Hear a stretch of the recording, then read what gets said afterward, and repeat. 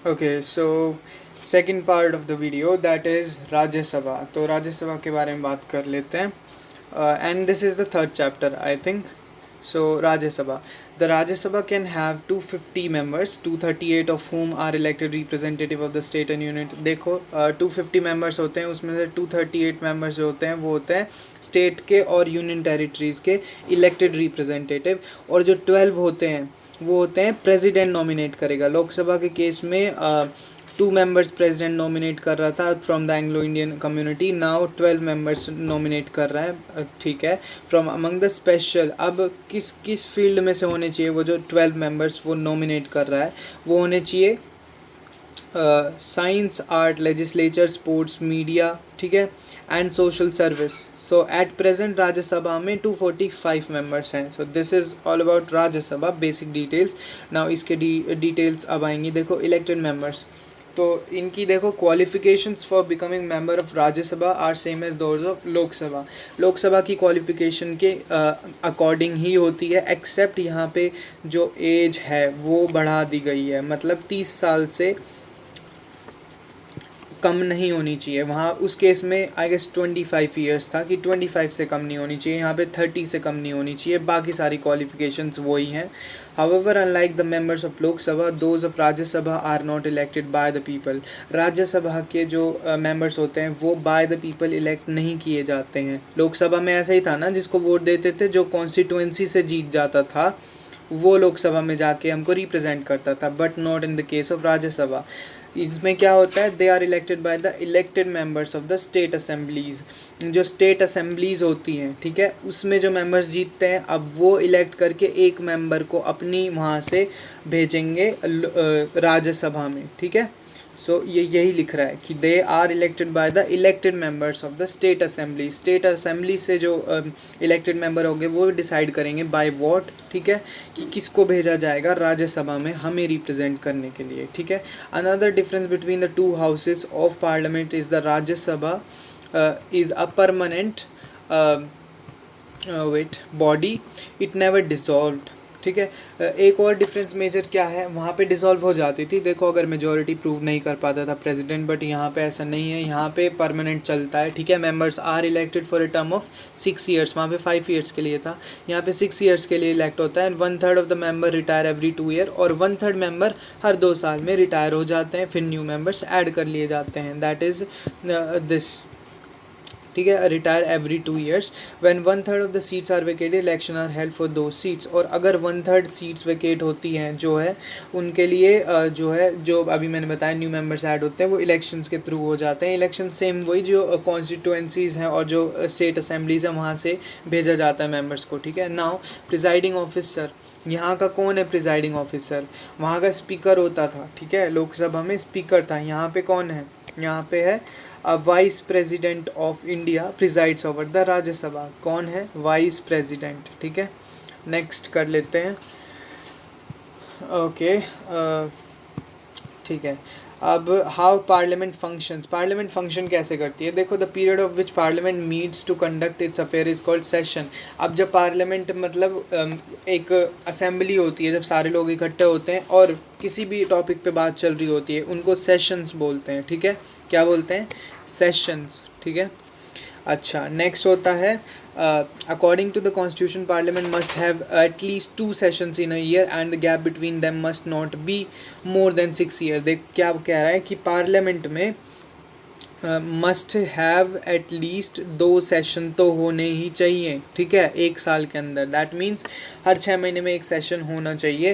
That must be मतलब 6 month से ज़्यादा गैप नहीं होना चाहिए इन सेशंस के बीच में, तो हर 5 से 6 महीने बाद एक सेशन होना चाहिए, तो साल में 2 सेशन मिनिमम है। यूजुअली देर आर 3 सेशंस होते हैं एक साल में, ठीक है।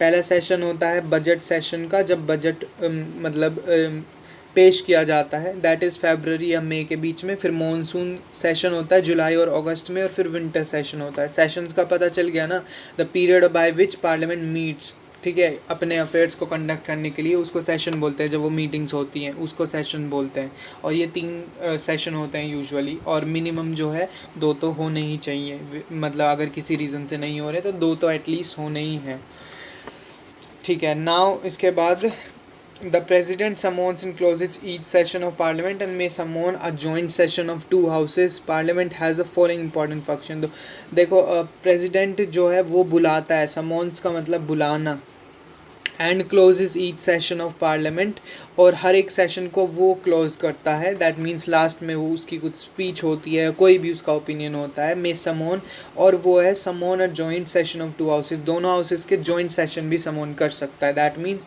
राज्यसभा और लोकसभा के दोनों के इकट्ठे सेशंस भी समन कर सकता है अगर कुछ बात करनी है तो.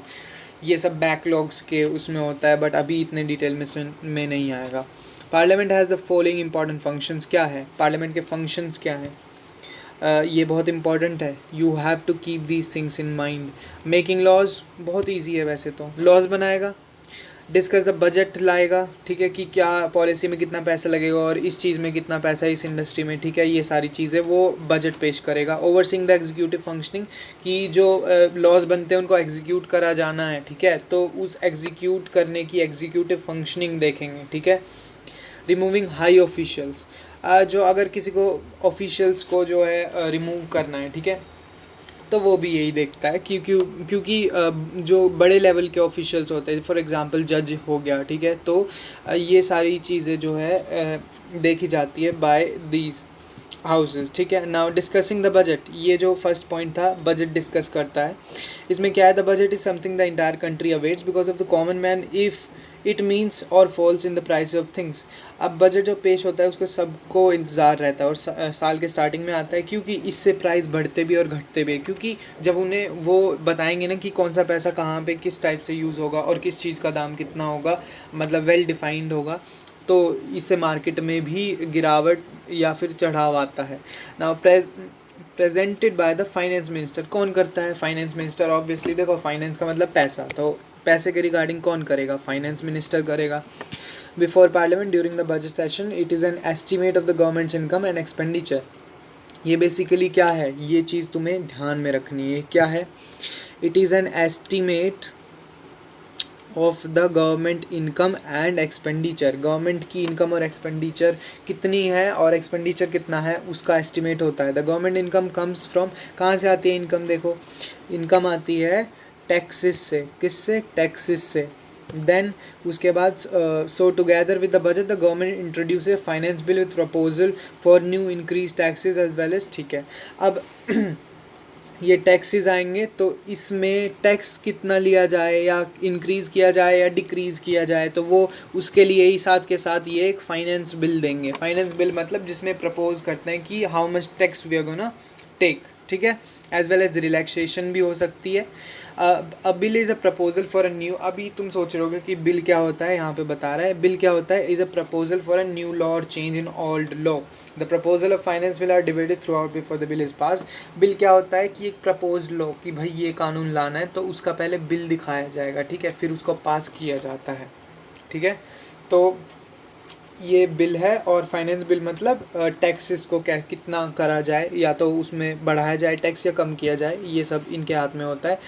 उसके बाद नेक्स्ट आता है ओवरसीइंग द एग्जीक्यूटिव्स फंक्शनिंग, कि एग्जीक्यूटिव की फंक्शनिंग देखना.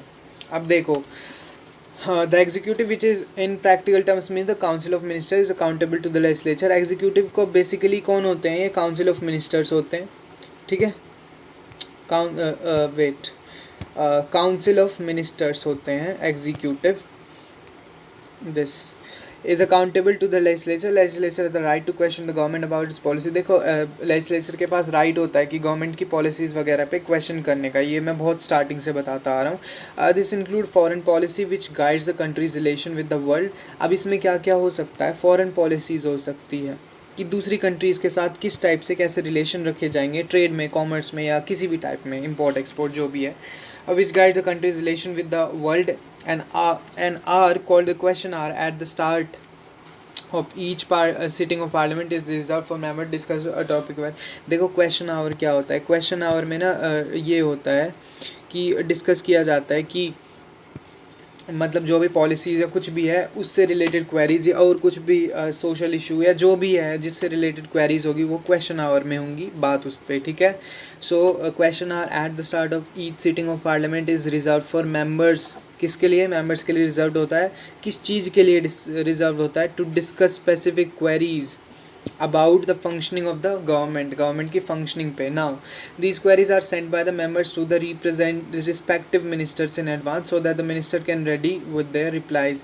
ये जो क्वेरीज है पहले से ही भेज दी जाती है मिनिस्टर्स के पास, ताकि जो मिनिस्टर्स है एडवांस में ही अपनी क्वेरीज जो हैं वो तैयार कर ले, या उन्हें क्या बोलना होगा, किस टॉपिक पे है. ठीक है.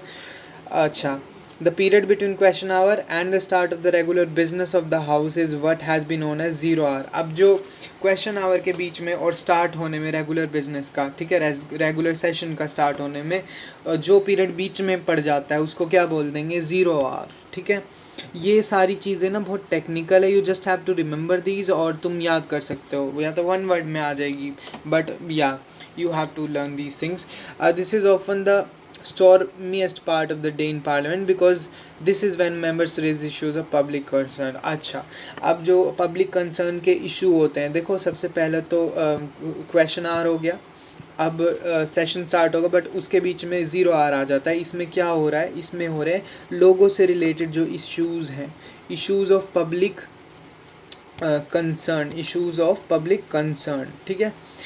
अच्छा, पब्लिक कंसर्न के इश्यूज़ का पता है ना, जो बहुत मेजर इशू चल रहा है और जिस पे कि अभी नहीं है. जैसे फॉर एग्जांपल अभी चल रहा था जब सेकंड वेव आई तो ऑक्सीजन की सप्लाई नहीं हो रही थी. ठीक है. तो पार्लियामेंट में इस पे जब डिबेट होगा, ठीक है, तो ये हो जाएगा 0 hour में भी हो सकता है इस पे डिबेट, क्योंकि ये एक पब्लिक कंसर्न बन चुका है. नेक्स्ट आता है, if the government fails to satisfy the members with its answer the Lok Sabha में pass a vote of no confidence. अगर जो है गवर्नमेंट सेटिस्फाई नहीं कर पाती है आंसर्स देने में, कि उनसे पूछा जाएगा ना कि आपने ये पॉलिसी लाई या फिर ये काम ऐसा क्यों नहीं हो रहा है. ठीक है.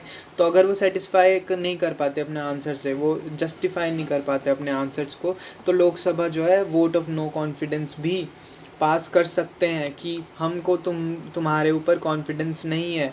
ठीक है, कि भाई तुम टाइम पे काम कर दोगे या नहीं कर दोगे, या फिर तुमने जो अब काम किया वो ठीक था या नहीं था. ठीक है. This amounts to the government having lost majority support in the house and complete the government to resign. इसमें फिर क्या हो गया, अगर नॉन कॉन्फिडेंस हुआ तो इसका मतलब तुम्हारी मेजॉरिटी नहीं है, क्योंकि अगर तुम्हारी मेजॉरिटी थी, तुम्हारे मेंबर्स पहले से ही तुम्हारे सपोर्ट में थे, तो ये वोट आता ही नहीं.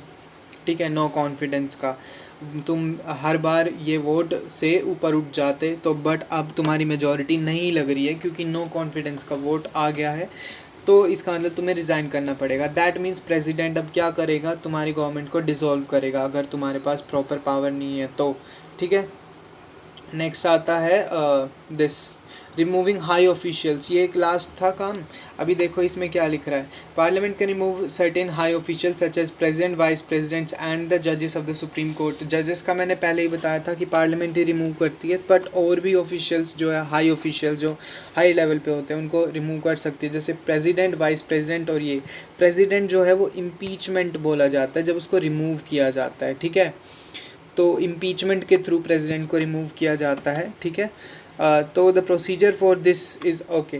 सो यहाँ पे वर्ड यूज़ भी हो गया है, मैंने पहले देखा नहीं था, तो इम्पीचमेंट यहाँ पे यूज़ हो गया है, laid down in the constitution. So या ये रिमूविंग ऑफ हाई ऑफिशियल्स भी पार्लियामेंट में होता है, वोट ली जाती है और एक प्रोसीजर होता है, जो कि अगर आप आर्ट्स लेते हैं तो बड़ी क्लासेस में ज़रूर आएगा, बट फ़िलहाल जहाँ तक आपका सिलेबस रिस्ट्रिक्ट है वहीं तक आपको करना है. अभी इसके बाद है द एग्जीक्यूटिव, ये नेक्स्ट वीडियो में करेंगे. फ़िलहाल इतना ही. So that's it for the video. या